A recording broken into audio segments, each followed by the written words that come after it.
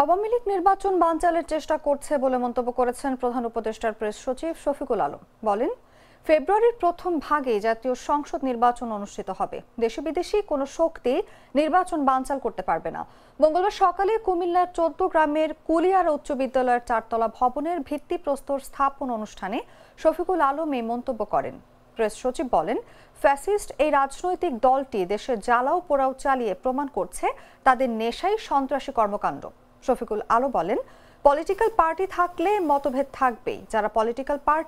যারা ঐক্যমত্য কমিশনের সঙ্গে কথা বলেছেন তারা ৯ মাস ধরে খুব সুন্দরভাবে সৌহার্দ্যপূর্ণ পরিবেশে ইতিহাসের সবচেয়ে বৃহত্তম আলোচনা করেছে। কিছু কিছু বিষয় যে মতবিরোধ সেটা কিছু সময়ের মতো ঐক্য হবে বলেও আশা ব্যক্ত করেন তিনি। ফেব্রুয়ারির প্রথমার্ধে হবে।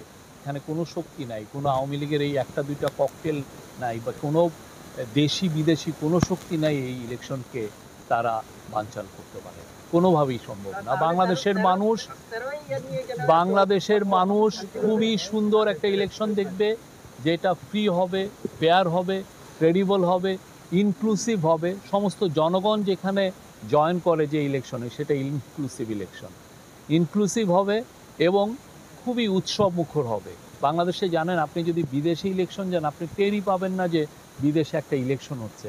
আর বাংলাদেশে যখন খুব ভালো ইলেকশন হয়েছে, আমরা কেয়ারটেকার গভর্নমেন্টের কয়েকটা ইলেকশন দেখেছি, ভালো ইলেকশন, সবাই তাদের ছেলে মেয়ে বাবা মা সবাই একসাথে ইলেকশনে যায় ভোট দিতে, এবং খুব উৎসব মুখর একটা পরিবেশ হয়। পুরো একটা গ্রামের সমস্ত লোক একটা ভোটিং বুথের বাইরে বা ভোটিং সেন্টারের বাইরে আড্ডা দেয়, কথাবার্তা বলে।